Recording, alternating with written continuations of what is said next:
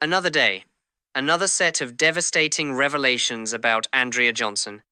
At the Madlanga Commission, IDAC prosecutor Drushantha Ramsamy continued to pull back the curtain on how power was used under Johnson's leadership. Johnson believed certain appointments were paving the way for state capture. She instructed her team to gather evidence against specific officers. She personally authorized people who should not have been involved in investigations. And according to the testimony, she misled Parliament about when key referrals were received. Even more damaging, an unsigned affidavit now appears to contradict her own version of events about who contacted whom. This is not just about one decision.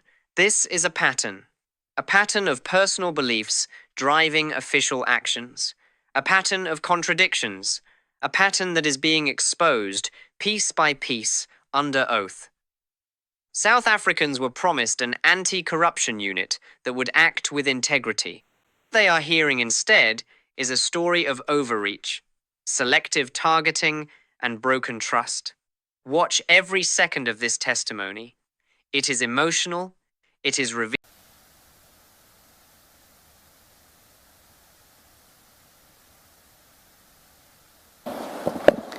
Thank you, Chair. Yes. Just before the adjournment, we were at page 74 of file 11, which was these are your notes of a meeting held on the 1st of September 2025, and I had asked you what was the purpose for this meeting. Advocate Johnson was unhappy with Advocate Serunye's questions and his emails and his questioning of whether these matters fell within IDAC's mandate. She was upset about the constant request for the 27 referral.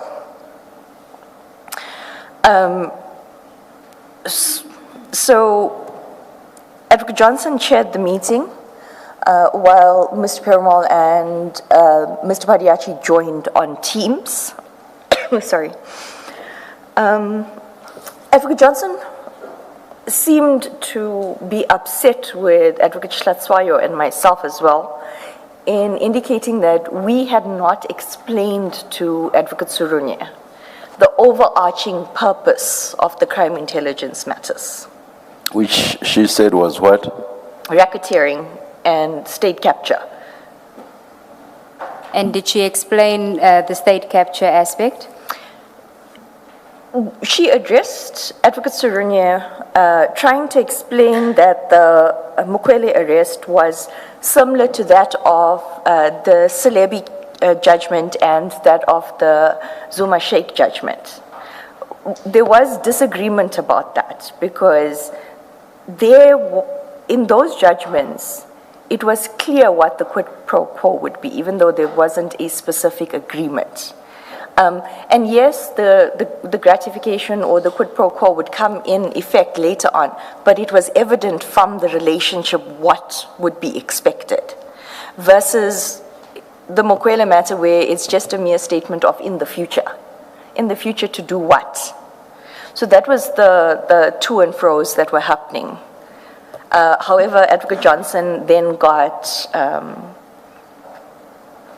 agitated and took over and wouldn't allow us to speak and laid down the law that these matters are going to proceed and that the investigating officers are going to explain to the prosecutors what the evidence is and how we should interpret it and understand it and prosecute it. So it was in effect to persuade Advocate Serunye that there was a case on the Mukwele matter, or were there other matters discussed? There were two other matters discussed. In my statement, I later deal with the Madondo Kumalo and the Masiamula Kumalo arrest, which are two separate issues. Advocate Johnson in that meeting indicated that irrespective of what Advocate Schlatzwayo and I had presented to her in July already, those matters will be enrolled. And we see there you have 3 bullet points. The second bullet point on your note says CI IDAC equals is the state capture. And then the next bullet, circumvented in an arrow in anticipation of. What was she discussing there? Advocate Johnson was telling Advocate Surunya, Advocate Schlatzwayo and myself that the crime intelligence investigation done by IDAC is actually state capture, and that's the reason IDAC was created, formed, and that these matters, these specific matters, were state capture. And she kept repeating state capture. With regards to circumvented, she's speaking about the promotions and the ads being withdrawn with regards to the Mukwele matter and then re-advertised externally. So circumvented meaning that, and it was in anticipation of. And then there was an explanation that Brigadier Mukwele's father works for the Hawks and that he was charged for trying to bribe another official. What was said to be the relevance of her father's employment in the Hawks and being charged?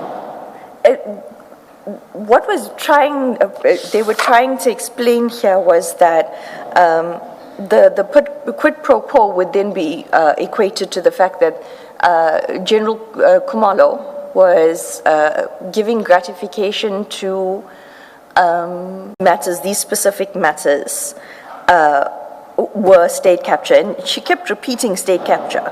With regards to circumvented, she's speaking about the promotions and the ads being withdrawn with regards to the Mukwele matter and then re-advertised externally. So circumvented meaning that, and it was in anticipation of. And then there was an explanation that Brigadier Mukwele's father works for the Hawks and that he was charged for trying to bribe another official. What was said to be the relevance of her father's employment in the Hawks and being charged? What was they were trying to explain here was that the quid pro quo would then be equated to the fact that General Khumalo was giving gratification to Brigadier Mukwele's father by appointing her.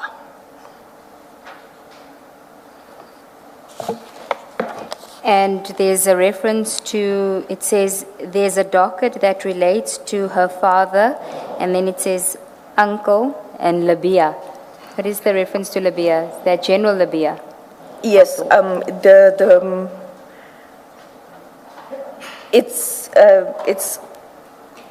there's a docket that relates to It's about crime intelligence investigations, current investigations that the IGI was investigating. correct, Okay. based on complaints that they had received. Okay, so you leave that meeting and you did report back to Advocate Johnson saying that it was a fruitless meeting, and she says she's not surprised. Yes, correct. Okay. And then we now in September. So we're in September, and Mr. Perumal is explaining various things about how Advocate Schlatzwayo, Advocate Surunya, and myself are not understanding the evidence of the Mukwele docket. He then tells us that the minister, being Minister Mkunu, arranged for someone to fly to Eastern Cape to him and provide the IGI reports. And this is the IGI report that was prepared in respect of the crime intelligence investigations undertaken by the IGI. Correct. Which you were told at the time in January they were still busy with investigations. Correct. And my understanding of those reports is someone very high up has to approve that we share that information. Okay, so what Mr. Perumal communicated in that meeting was that Minister Mkhunu arranged for someone to fly that report, a hard copy of that report, to Mr. Perumal in the Eastern Cape. Correct. And the IGI had given that report to the minister. Correct.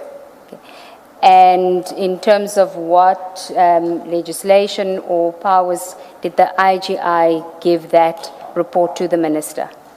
Was there an explanation as to, was it commissioned by the minister, a report commission or investigation commissioned by the minister? It's unclear. I just know that that report was not supposed to come to us in that way. Okay, do you know it wasn't supposed to come to IDAC, via the minister? Correct. Okay, and why do you say that? Because the IGI, I had read the act prior to going to have the meeting with Advocate Nkabinde. In January? In January. There's certain procedures and processes that must be followed in order for that information sharing. I had also spoken to Advocate Lowe, the deputy director who's retired now.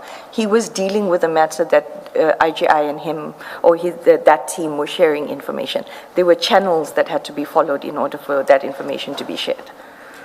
And did Mr. Perumal say whether Advocate Johnson was aware that he had gotten the report from the minister? Yes, in my notes, there's, in one of the notes, there is note, just a note down that says Dylan must call IG. But in this meeting, Mr. Perumal indicated very clearly that the ID is aware that the minister has arranged for this report to be flown to me. Okay, I'll ask you to find that reference during the lunch adjournment, but for now, so that is what he tells you about how he got the report. Correct. And does he say anything else about the report in that meeting? Because you have a reference that says page 45 to 75. I would assume that's page 45 to 75 of the report. Correct. It's even part, he's even telling us which part of the report is relevant. Mr. Perumal then WhatsApps me the IGI report. If we can go to page 600 first, and you tell us why you took a photograph of. You cannot put them in the back of the car to drive them, especially for something that happened in 2014. So eventually, the deputy director and I got very frustrated, and because they wanted to make a spectacle of the arrests. They wanted flash and lights of cameras, and so eventually the deputy director and myself went to Mr. Sisoko, and we said, please go and speak to Advocate Johnson on our behalf, because this arrest cannot take place this way. So here, there was no, I think from the evidence the commission has heard thus far, no matter what was said during this project, what Advocate Johnson and what Mr. Perumal wanted was done. So there was no reasoning. So they were planning to arrest on Thursday to appear on the Friday. Advocate Johnson was asking where Lushaba was going to be picked up from. Then Advocate Johnson was advising that Hudson must be picked up and taken to the station for processing from his home because he works at a safe house, and that they had to figure out where Eugene was because he's traveling a lot and he's medically boarded off or something, so he's not permanently within crime intelligence anymore. This list is the Lushaba matter? Correct. Okay. Now going to the block that I had explained to Advocate Ncube. So we in Advocate Johnson's office, and we're sitting at the boardroom table and we're discussing. Advocate Johnson is now giving instructions about what must happen in the third week, because remember, every second week she wanted arrests. Advocate Johnson looks at me and she says, Drew, you'll be embarrassed to be Indian. So I was taken aback because I was busy taking notes, and I didn't know that they were talking about the person who's acting as in Mr. Khan's place. It's a Miss Krishna Dutt. General Khan's position, yes. Correct. It's a Miss Krishna Dutt. Brigadier Krishna Dutt. Thank you. So Advocate Johnson says, Drew, you'll be embarrassed to be Indian. The way she walks around talking to the staff, you'll be embarrassed. And then I'm told that I must, when I'm getting to the point of enroll or looking at the evidence for the vetting, because Brigadier Krishna Dutt is acting as the head of the vetting department at the moment, I must look if there's evidence to charge Krishna Dutt. As part of CI7 in the Mukwele matter? Either CI7 or the other two. Okay, so one of the vetting matters. That is why it's there in that block the way it is. And who is Brigadier Krishna Dutt?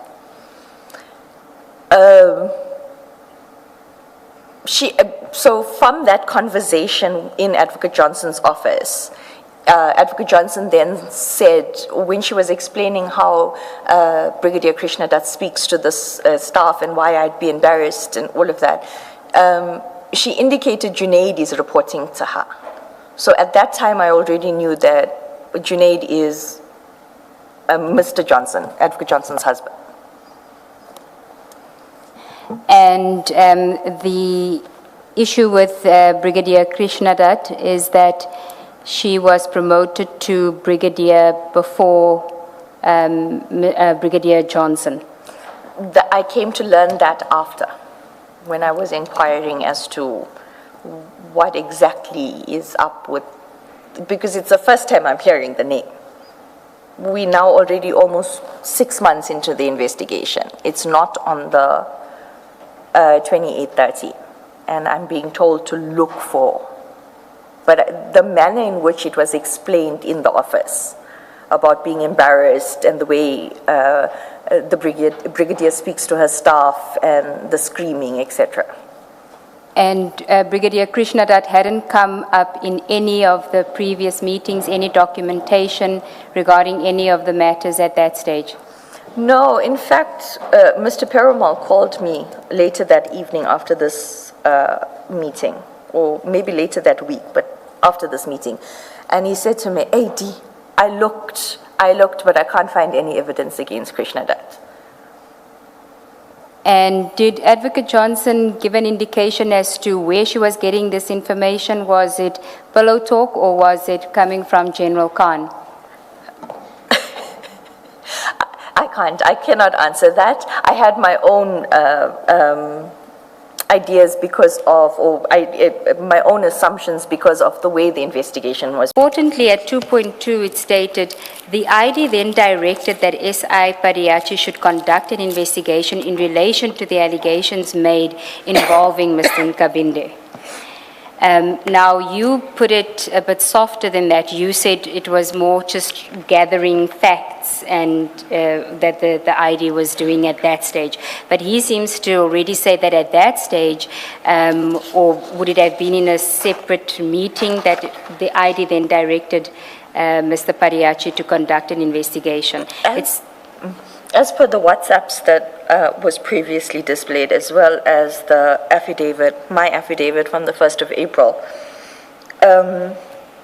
it was when Advocate Johnson had required or sent me a message saying that she had just seen the minister and that we need to move ASAP on the Nkabinde thing. It was at that point that Advocate Johnson, so in that meeting, it was only myself, Advocate Johnson, Mr. Perumal, and Mr. Sissoko. This is now not the meeting of 22 January. This is another meeting, It's the 23 January. 23 January. Yes. 23 January, according to the WhatsApps. In that meeting, Mr.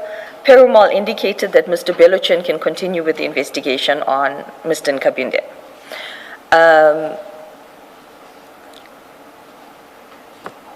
And then the other investigation was with Mr. Binang at the time. So it was a discussion about that. And Mr. Sissoko said that he doesn't think that anyone from IPID or Mr. Perumal's team must actually continue with the investigation, that a neutral IDAC investigator must deal with the investigation into Mr. Nkabinde. And it was at that point that Advocate Johnson said, Mr. Padiachi will do the investigation. Then at 423 paragraph 3, it's stated, on the morning of 30 January 2025, S.I. Padiachi and I held a meeting with the ID with regard to another investigation. The ID during this meeting informed us that Mr. Nkabinde had tried to contact her the previous evening while she was at religious prayers, and she was not in a position at the time to take his calls. She explained that she had sent him text messages in that regard. Mr. Nkabinde had also tried calling on the morning of the 30th of January 2025. Now, were you aware of this? So, the version that was given to me by Advocate Johnson is that Mr. Nkabinde did try to call her the night before. She couldn't answer because she was at the temple. However, by chance, Mr. Nkabinde called while Mr. Perumal and Mr. Padiachi were in her office. And so she answered and she put him on speaker. And in fact, in that meeting, she said, you know me, Drew, you know, I don't even take calls and I don't even put it on loudspeaker, but by chance on that day, by God's grace, I put it on speaker. And so that's how she explained it to me on the 30th. Okay, and at 3.1, he says, I then informed the ID that Mr. Nkabinde contacted me the previous evening to inquire on how investigations were progressing regarding SAP's crime intelligence matters. I advised him that we were making steady progress and our conversation ended there. Mr. Nkabinde had been assisting in the investigation purely from an intelligence and information perspective in a bid to address the alleged criminality within the Crime Intelligence Division of the SAPS. Were you aware that Mr. Nkabinde was a source of intelligence for Mr. Perumal regarding the investigations, crime intelligence investigations? No, until I saw this paragraph 3.1 a couple of weeks ago. I did not know Mr. Nkabinde. Also, when I read it, I was trying to figure out how a chief of staff would be a source of information, because that's an informant. At this stage, you were, however, aware that from the forklift witness that the Office of the Minister had arranged for the witness to go to the Eastern Cape, right? Correct. And yes. in that consultation that took place on the 20th in the evening with that witness, where day after Mr. Perumal said he didn't want the name of Nkabinde mentioned in front of Mr. Rapeso, that witness said that the arrangements were made by Mr. Nkabinde. By the Office of the Minister? By the Minister, yes. Yes. But you didn't know that Mr. Nkabinde was offering intelligence information? No. Or what that entailed? No. Okay. Not at all. At 3.2, he says the ID then contacted Mr. Nkabinde and placed the cellular phone on speaker so that S.I. Padiachi and I could listen to the conversation. Mr. Nkabinde informed the ID that he was informed by one of your guys that an investigation had been initiated within the IDAC, instigated and initiated by Mr. Sesoko and others against him, and the person leading the investigation was a Brian Padiachi. He indicated that he was also informed that his banking records were going to be scrutinized from around 2018. And then on the next page, the ID inquired from him as to who gave him this information, to which he replied that he was informed of this by Mansa Rapesu. Now, according to you, Mr. Rapesu wasn't aware of an investigation. He was not, except for the meeting on the 22nd of January, and where he was asked, so his involvement in this whole Nkabinde thing ended on the 22nd of January, where he forwarded the transcripts of the court proceedings of Mr. Nkabinde to myself and to the remainder of the team. After that, all other meetings, as per my affidavit, Mr. Rapesu was not involved. Excuse me. Okay. You'll just let me know if you need a break. I will. Thank you so much. Okay. And then, so that is just to place in context the evidence that you gave last week about a draft affidavit that you found that had that contradicted, where Mr. Perumal contradicted what Advocate Johnson had told you about the call with Mr. Nkabinde. Correct. Okay. And then if we can go to page 426 of the same bundle. And this is just on the housebreaking docket. It's an email I sent on the 28th of March. Well, the email is on the 2nd of April, but you want to explain what happened on the 28th of March. On the 28th of March 2025, Mr. Perumal contacted me saying that, I'm not allowed to swear, saying that Johnson and Mr. Perumal indicated that they had to do a J51, and then I was to do an extension on the designation to include the forensic investigation that was to be outsourced. And that they wanted to do the search warrant at the house, being the J51, and the cyber on the same day. And they were supposed to provide feedback to Advocate Johnson on all of this on the 10th, between the 10th and 15th of June. Okay. Did anybody ever ask Advocate Johnson why she referred to this as the Tembisa contract? Chair, I think Advocate Johnson was as confused as I was in the beginning, or maybe she just was using it as Tembisa, because on the 16th of May, I even sent articles about the Tembisa, saying that other units are involved. There's already been search and seizure. My apologies. And that she then sends a message to me. It's not the same matter. So that's why I'm saying I'm not sure if she didn't know or if she knew, but she did refer to it as the Tembisa. Thank you. On page 53, Yes. It's reference to Matlo's report. What correct, report that was is the preliminary report. And the question Advocate Johnson asked was, has Minister received reports? And what usually happens after reports like this, requests are completed. Forensic investigation, who, how, when, will it be finalized? So these questions were in Advocate Johnson's questions relating to Matlo's reports, and that Mr. Perumal and Mr. Beluchin were to get the information from her. And then Advocate Johnson referred me to the National Health Act, that I must read up on it when dealing with this matter. I was then instructed that a memo must be done for cyber services, and the service provided to be extended onto the memo. Chair, I know that Ms. Ramsamy wants to continue because she wants to finish her evidence, but I think we should adjourn. Yeah. I think, And unfortunately, we'll have to finish it tomorrow. Or I'll have to discuss logistics because I know there are other witnesses.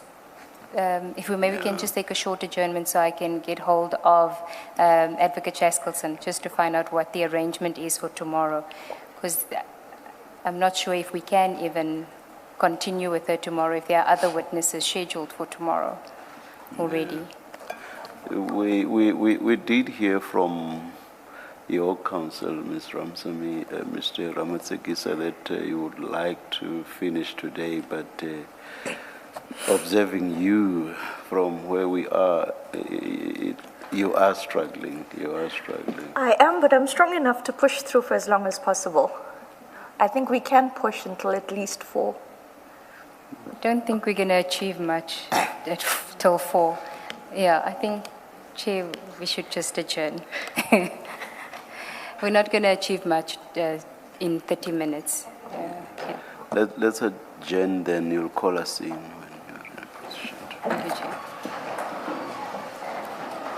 It's important for accuracy, even if you don't read out the names, to mention the context in which they appear. So, for example, you have people listed under the bid evaluation committee, and their names appear there.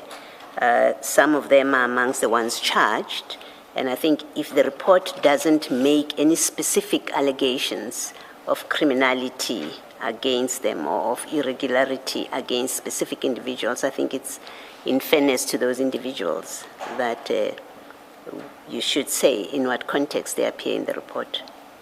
Okay, can I deal with it when we get to the end of the report? Because what I want to deal with first is the designated individuals. And I want to highlight one name in particular, and that is on page 294 at paragraph 30. It is submitted that the following persons be designated to conduct the investigation. And at number 11, you see Major General Matlow. Correct. Now, Major General Matlow in the meeting of 16 April you are told she is the Section 27 referral. Correct. And General Matlow is not part of IDAC. No. She's part of SAPS. Correct. Risk management. Why was General Matlow included as being part of the investigation? Do you know? I did make queries about this with the investigators at one of the meetings because I wanted to know how do we... We can't hear you. Sorry, how do we designate the complainant in an investigation? Because obviously she's going to be the A1 and now she's part and parcel of the investigation as well. And the other issue that I had was, where's the documents for duty reassignment? If we are designating a member of another unit, you still have to have correspondence between their supervisors. So it would have been either Mr. Sissoko or Advocate Johnson, and I think it's NASCOM that risk management reports directly to. So there would have been an agreement and formal communication of duty reassignment, even if it was just for that aspect. Because we've had it before. In fact, we still have it at the moment. I'm dealing with one of those matters where we have communication of duty reassignment. So one of my questions was, why is General Matlow the complainant part of the investigation, and where's the documentation of duty reassignment? And I was told that the ID authorized it, but it wasn't so politely put to me. Now, at this stage, So it's an irregularity, you're saying, that you would have, well, there's the obvious point about you would have a complainant being part of the investigating team, but more importantly, you're speaking to an irregularity about the duty assignment authorizations. Correct. There wasn't a record of that. Correct. If I can give you just a small example. So there's an investigation that I'm working on with another DD at the moment. And even though the A1 is in fact the investigating officer, because he had started the investigation based on the Zondo Commission recommendations. So he is the A1, he's the complainant, so to speak. But he is from DPCI, and in the docket itself, we've got in the B clip, his duty reassignment documents.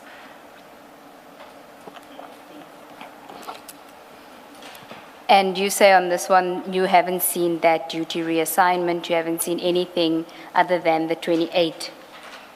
Correct. I've only seen the 28-1, and I've seen the preliminary report, the encrypted report. Okay, then we can go to page 292.